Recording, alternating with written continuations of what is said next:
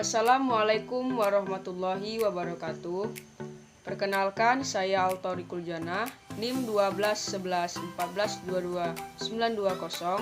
Adapun tujuan saya membuat video pembelajaran ini untuk memenuhi tugas ujian akhir semester dengan mata kuliah pengantar sejarah dan dosen pengampu saya, Bapak Vicky Setri Pernanta MPD. Adapun pada video pembelajaran kali ini, saya akan membahas mengenai masa Republik Indonesia Serikat atau yang dikenal dengan RIS. Pada pembelajaran kali ini, saya akan membahas 4 bagian materi. Yang pertama, latar belakang terbentuknya negara Republik Indonesia Serikat.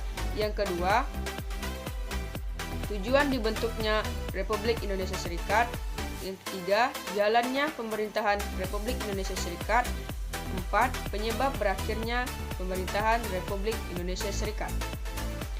Baiklah, saya akan membahas mengenai materi yang pertama, yaitu latar belakang terbentuknya RIS.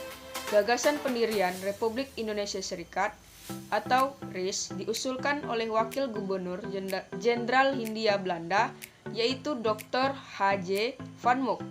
Negara Republik Indonesia Serikat terbentuk pada tanggal 27 Desember 1949.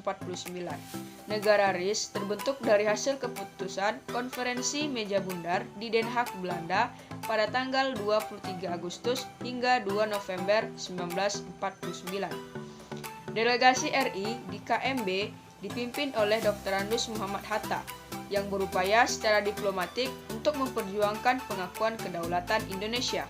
Hasil KMB disahkan KNIP dan ditandatangani pada 14 Desember 1949. Parlemen RI menandatangani keputusan tersebut pada tanggal 21 Desember 1949. Adapun hasil konferensi Meja Bundar, A. Kerajaan Belanda menyerahkan kedaulatan Indonesia secara penuh dan tanpa syarat kepada RIS. B. Pelaksanaan kedaulatan akan dilaksanakan paling lambat 30 Desember 1949. C. Status RIS dan Kerajaan Belanda terikat dalam suatu Uni Indonesia Belanda yang dikepalai Ratu Belanda. D. Kapal-kapal perang akan ditarik dari Indonesia dan beberapa korvet atau jenis kapal laut akan diserahkan kepada RIS. E. Tentara Belanda akan ditarik dari Indonesia dan KNIP akan digabungkan ke dalam Angkatan Perang RIS. 2. Tujuan dibentuknya RIS. Negara Republik Indonesia Serikat memiliki total 16 negara bagian, serta 3 daerah yang telah ditetapkan menjadi daerah kekuasaan. Seperti yang kita tahu, pembentukan negara Republik Indonesia Serikat ini ditujukan Belanda untuk memecah belah persatuan rakyat Indonesia. Dengan kondisi wilayah Indonesia yang telah dibagi-bagi menjadi beberapa negara bagian, membuat Belanda berasumsi sangat mudah untuk mengadu domba pada masyarakat Indonesia. 3. Jalannya pemerintahan RIS. Terbentuknya RIS pertama kali, maka harus bersiap untuk mengatur pemerintahannya. Yang mana saat itu yang menjadi polemik politik pertama kali adalah permasalahan kebangsaan dan kewarganegaraan. Permasalahan tersebut membutuhkan penanganan yang sesegera mungkin. Permasalahan yang ada tidak sampai di situ saja. Pemerintah RIS juga harus menghadapi persoalan mengenai negara hukum. Dan masalah terakhir yang melanda pemerintahan RIS adalah permasalahan angkatan perang. Dengan berbagai permasalahan yang ada, sistem pemerintahan RIS dirasa belum sepenuhnya matang.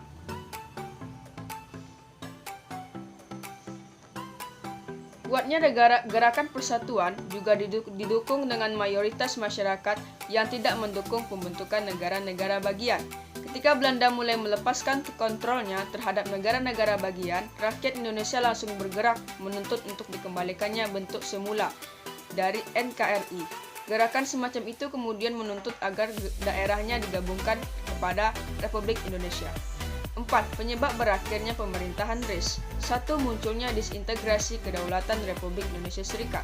Terdapat beberapa wilayah di bagian RIS yang melakukan pemberontakan besar-besaran, yang mana pemberontakan itu sangat mengancam kedaulatan RIS. Beberapa pemberontakan yang terjadi pada masa RIS yaitu APRA, Gerakan Angkatan Perang Ratu Adil, Yang kedua, pemberontakan Andi Aziz serta pendirian Negara Republik Maluku Selatan atau RMS.